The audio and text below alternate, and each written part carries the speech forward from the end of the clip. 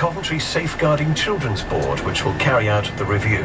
She said Wuchak and Krzyżołek set out to deceive the authorities. That must have been very difficult, but still needs exploration for those teaching staff and those health staff to take as far as perhaps they should have done. But I think, in the review we have to look at that in terms of what the lessons to learn are in terms of preventing this in the future. Those staff are in an incredibly invidious position, a very difficult position in my view, but we need to see how we can stop that happening in future. The Equality and Human Rights Commission is to investigate whether a series of Home Office spot checks on suspected illegal immigrants amounted to unlawful discrimination. It's been claimed that people have been targeted at railway stations and London Underground stops because of their ethnicity. With more details, here's our Home Affairs correspondent Danny Shaw. Immigration officers have been carrying out a series of street operations at train stations looking for illegal immigrants. Officers can stop people on the basis of reasonable suspicion of an offence, but some commuters have complained that people from ethnic minorities are being targeted. The Equality and Human Rights Commission says it'll assess whether unlawful discrimination has taken place. But ministers say the operations are intelligence-led. The Commission is also looking into a controversial Home Office campaign aimed at illegal immigrants, in which vans with the slogan "Go home or face arrest" were driven around London. The Royal Bank of Scotland says its incoming chief executive won't get a bonus until 2015 at the earliest. Ross McEwan takes up the position in October with an annual salary of £1 million. The announcement came as the bank, which is 81% owned by the government, reported pre-tax profits of £1.4 billion for the first half of the year. The former Chancellor Lord Lamont says Mr McEwan has much to do before RBS can be returned to the private sector. Privatisation is several years off with RBS, whereas with Lloyds it looks much more likely to be in the immediate future. He's got to get lending to small businesses up, got to make it more profitable, got to get rid of bad loans, and got to decide what is going to happen to the investment banking side. Will that be ditched, or will it just be shrunk? Will there be two banks? Will there be one?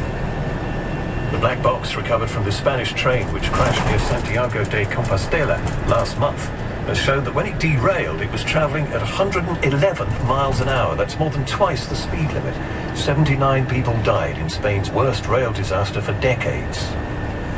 Zimbabwe's Electoral Commission says President Robert Mugabe's ZANU-PF party has won at least a two-thirds majority in parliament, enough to change the constitution. The result of the presidential election hasn't been announced yet.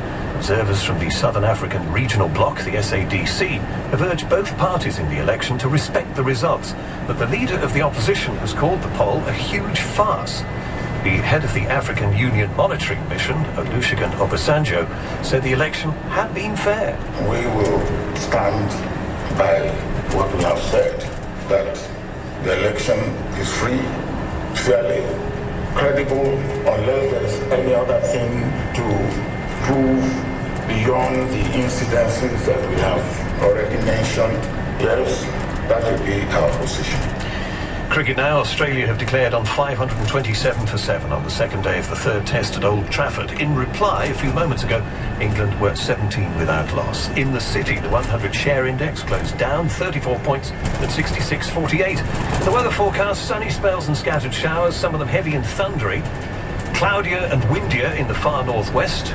Overnight, more showers, mostly in the west. Rain and strong winds in northwest Scotland. And that's the BBC News at 5 minutes past 5.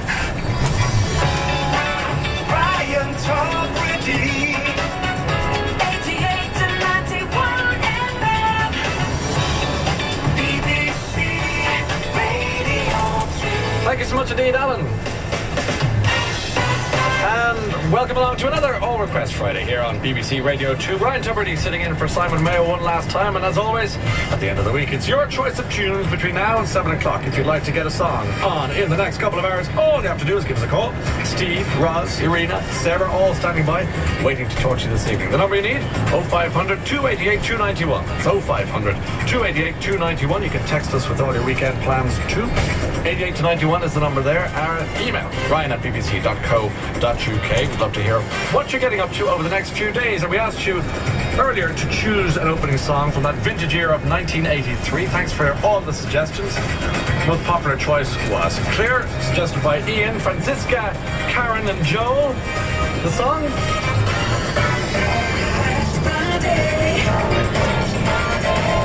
Ryan Tuberty. The song is? It's a classic. It's Blue Monday, this Friday, by New Order. Good to have you with us.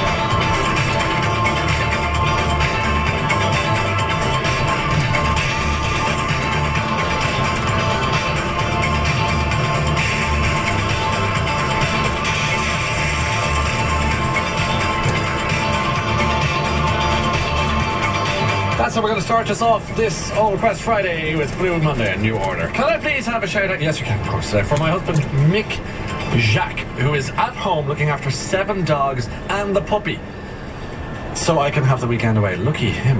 And I love him lots. From Michelle, travelling from Durham to Exeter with the other dog. So you have a total of 8, good Lord, called Angel, in the heat, stuck on the M6. Wish Mum and Dad, Adele and John, a happy 11th wedding anniversary. We're being very good in the back seat, eating lots of sweets on our 5-hour journey home from Suffolk to Stanley-Bridge from Joe's 9 and Maisie's 6. Well, that's really sweet of you to play a request for your mum and dad. 11 years and still talking to each other. That's a wonderful achievement. 88 to 91 is our text.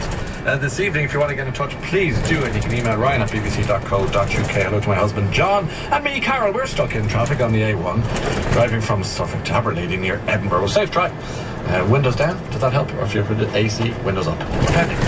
The time now, 11 minutes past 5. Let's say hello to our first caller of the day. Hello, Sally. Hello. How are you this evening? Very well, thank you. Yeah, you sound happy, actually.